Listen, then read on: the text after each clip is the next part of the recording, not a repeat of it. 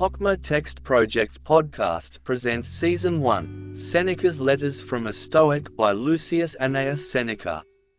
Translated by Richard Montgomery.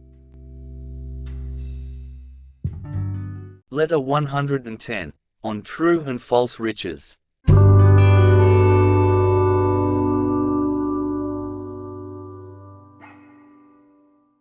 From my villa at Nomentum I send you greeting and bid you keep a sound spirit within you, in other words, gain the blessing of all the gods, for he is assured of their grace and favor who has become a blessing to himself. Lay aside for the present the belief of certain persons, that a god is assigned to each one of us as a sort of attendant, not a god of regular rank, but one of a lower grade, one of those whom Ovid calls plebeian gods. Yet, while laying aside this belief, I would have you remember that our ancestors, who followed such a creed, have become Stoics, for they have assigned a genius or a Juno to every individual. Later on we shall investigate whether the gods have enough time on their hands to care for the concerns of private individuals. In the meantime, you must know that whether we are allotted to special guardians, or whether we are neglected and consigned to fortune, you can curse a man with no heavier curse than to pray that he may be at enmity with himself. There is no reason, however, why you should ask the gods to be hostile to anyone whom you regard as deserving of punishment.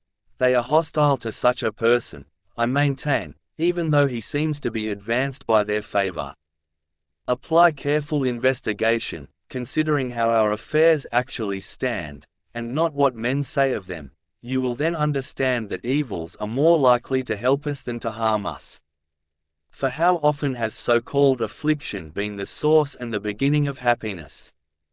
How often have privileges which we welcomed with deep thanksgiving built steps for themselves to the top of a precipice, still uplifting men who were already distinguished, just as if they had previously stood in a position whence they could fall in safety. But this very fall has in it nothing evil, if you consider the end, after which nature lays no man lower. The universal limit is near, yes, there is near us the point where the prosperous man is upset, and the point where the unfortunate is set free. It is we ourselves that extend both these limits, lengthening them by our hopes and by our fears. If, however, you are wise, measure all things according to the state of man. Restrict at the same time both your joys and your fears. Moreover, it is worthwhile not to rejoice at anything for long, so that you may not fear anything for long. But why do I confine the scope of this evil? There is no reason why you should suppose that anything is to be feared. All these things which stir us and keep us a flutter, are empty things. None of us has sifted out the truth, we have passed fear on to one another. None has dared to approach the object which caused his dread, and to understand the nature of his fear, the good behind it. That is why falsehood and vanity still gain credit, because they are not refuted.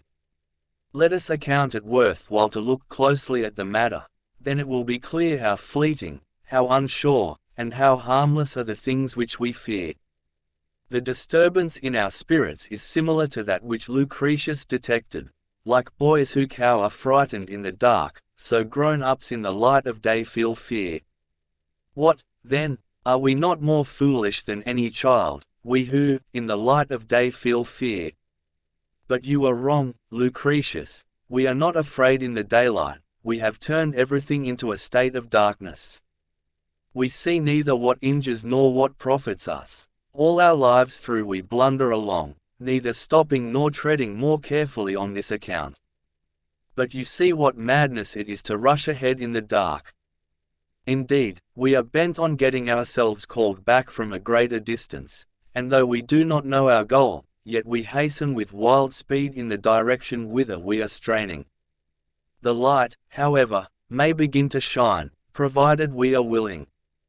But such a result can come about only in one way. If we acquire by knowledge this familiarity with things divine and human, if we not only flood ourselves but steep ourselves therein, if a man reviews the same principles even though he understands them and applies them again and again to himself, if he has investigated what is good, what is evil, and what has falsely been so entitled, and, finally, if he has investigated honor and baseness, and providence. The range of the human intelligence is not confined within these limits. It may also explore outside the universe, its destination and its source, and the ruin towards which all nature hastens so rapidly. We have withdrawn the soul from this divine contemplation and dragged it into mean and lowly tasks, so that it might be a slave to greed, so that it might forsake the universe and its confines, and, under the command of masters who try all possible schemes, pry beneath the earth and seek what evil it can dig up therefrom, discontented with that which was freely offered to it. Now God, who is the Father of us all, has placed ready to our hands those things which He intended for our own good. He did not wait for any search on our part, and He gave them to us voluntarily. But that which would be injurious, He buried deep in the earth. We can complain of nothing but ourselves, for we have brought to light the materials for our destruction, against the will of nature, who hid them from us. We have bound over our souls to pleasure, whose service is the source of all evil. We have surrendered ourselves to self-seeking and reputation, and to other aims which are equally idle and useless. What, then, do I now encourage you to do?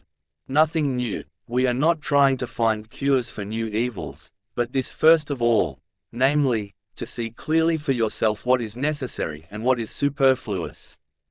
What is necessary will meet you everywhere. What is superfluous has always to be hunted out, and with great endeavor. But there is no reason why you should flatter yourself overmuch if you despise gilded couches and jeweled furniture. For what virtue lies in despising useless things?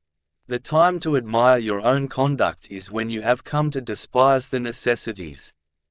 You are doing no great thing if you can live without royal pomp, if you feel no craving for boars which weigh 1,000 pounds, or for flamingo tongues, or for the other absurdities of a luxury that already wearies of game cooked whole, and chooses different bits from separate animals. I shall admire you only when you have learned to scorn even the common sort of bread, when you have made yourself believe that grass grows for the needs of men as well as of cattle, when you have found out that food from the treetop can fill the belly, into which we cram things of value as if it could keep what it has received.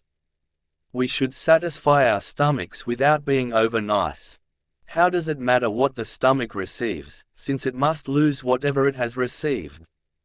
You enjoy the carefully arranged dainties which are caught on land and sea. Some are more pleasing if they are brought fresh to the table, others, if after long feeding and forced fattening they almost melt and can hardly retain their own grease.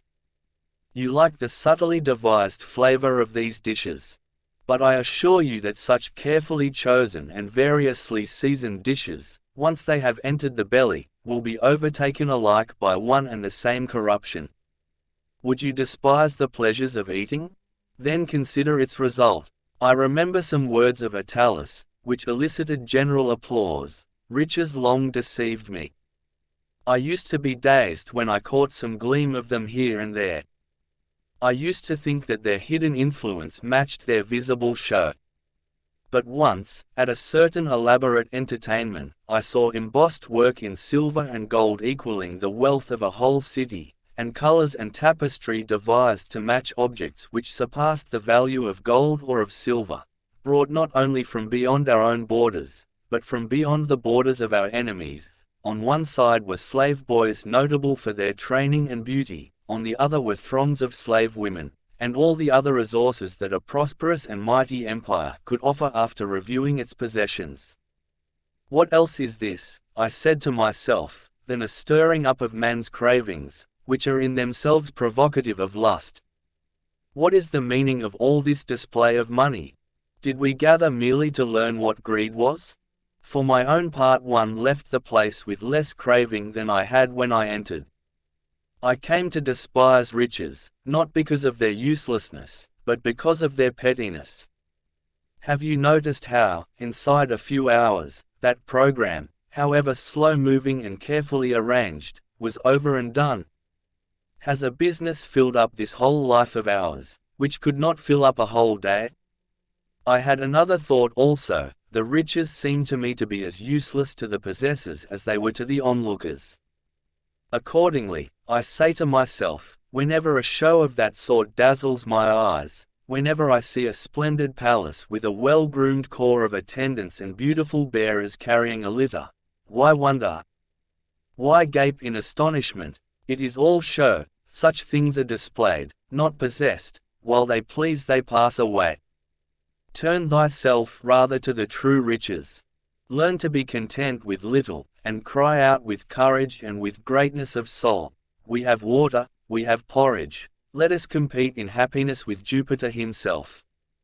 And why not, I pray thee, make this challenge even without porridge and water?